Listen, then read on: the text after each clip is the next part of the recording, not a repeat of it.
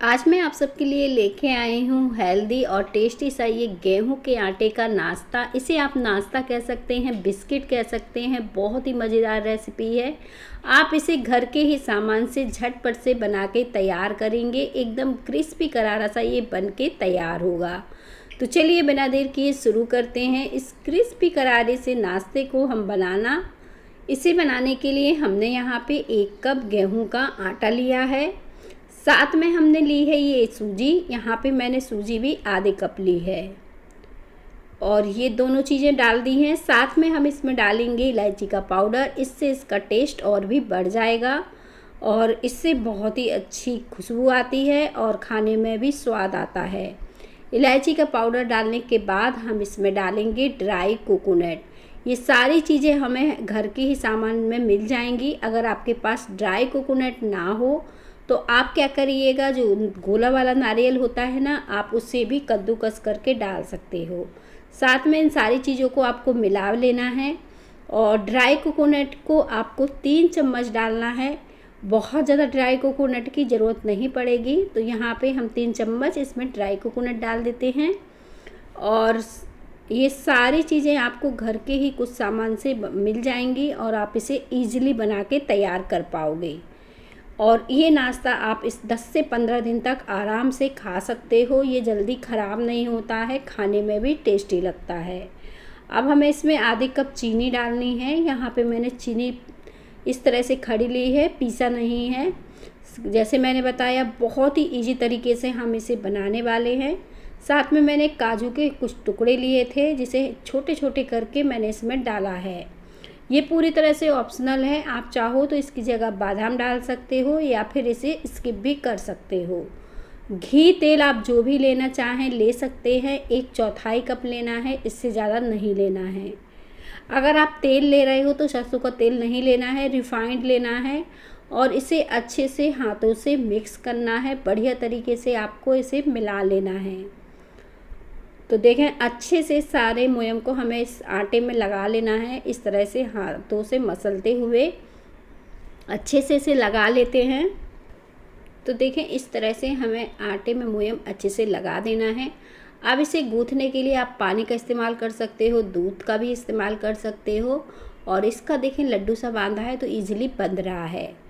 तो यहाँ पे मैंने इस डो को पानी से लगाया है और इस नाश्ते को आप बना के 10 से 15 दिन तक आराम से खा सकोगे और मेहमान के आने पर भी इसे उन्हें खिला सकोगे। बच्चों के लंच बॉक्स वगैरह में भी दे सकोगे, क्योंकि बहुत ही इजी ये बन जाता है। खाने में भी बहुत ही अच्छा लगता है। तो कभी भी इसे बना के रख सकते हो और मेरे घर में तो ये अक्सर बनता रहता है और मैं इसे स्टोर करती रहती हूँ। और फिर जब कभी बच्चों का खाना खाने के बाद कुछ हल्का मीठा खाने का मन करता है तो मेरे बच्चे हमेशा इसको खाते हैं।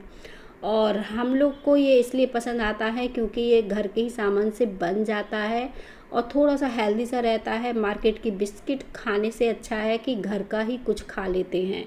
तो मैं इसे अक्सर बना के रखती हूँ। आप भी इसे ट्राई कर सकते हो। बहुत ही मज़ेदार ये रेसिपी है।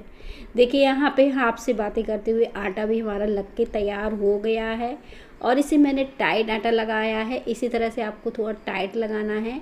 आप देखें, इस तरह से आटा को चिकना नहीं करना है। इस तरह से देखें फटाफटा सा रहेगा, लेकिन इससे कोई दिक्कत नहीं होगी। हमें इसी तरह से आटा लगा के तैयार करना है। आटे की हमें छोटी छोटी लोइयाँ बनाना है। आज हम ना बेलने वाले हैं ना काटने वाले हैं। आप चाहो तो बेल के इसको गोल छोटे छोटे गोला के आकार में भी काट सकते हो, लेकिन मैं हाथों से ही इसे शेप देने वाली हूँ। तो बस इस तरह से मैंने छोटे छोटे नींबू जैसा होता है ना, छोटे साइज का, उस तरह से इसको तोड़ लिया है। इसे तोड़ने के बाद ही हम इसे बना लेंगे। और इस तरह से देखिए, सारा मैंने इस तरह से तोड़ के तैयार कर लिया है। अब क्या करना है, हाथों से इसे थोड़ा सा हमें गोल करके मसल के गोल करना है और फिर इसे हल्का सा चपटा कर देना है। यहाँ पे हल्का सा आप तेल लगा सकते हो। देखें, अंडा आकार का मैंने इसे शेप दिया है और फिर इसे मैंने क्या किया है, हल्का सा इस तरह से दबा दिया है ताकि ये बहुत ज़्यादा मोटा ना रहे। इस तरह से करने के बाद यहाँ पे आपको चम्मच लेनी है जिससे आप खाना खाते हो, घर पे रहती है। उसी से हम इसमें थोड़े थोड़े से कट लगा देंगे तो ये देखने में भी अच्छी लगेगी। और देखिए इसी तरह से हमें सारे बना के तैयार करने हैं जैसे हमने अभी किए हैं। इस तरह से आप इसे जल्दी से बना के स्टोर कर पाओगे, कम मेहनत में बहुत ही मज़ेदार ये रेसिपी बन जाती है। इसी तरह से हम सारे बना के तैयार कर लेते हैं क्योंकि गर्मियों का समय है, जब हम इन्हें फ्राई करेंगे तो ज़्यादा समय नहीं लगेगा, बहुत ही जल्दी से ये सिक के तैयार हो जाएंगे। तो चलिए तेल गरम करने के लिए रख देते हैं और तब तक हम इन्हें बना के भी तैयार कर लेते हैं। जल्दी से ये सारा नाश्ता हमारा बन जाएगा।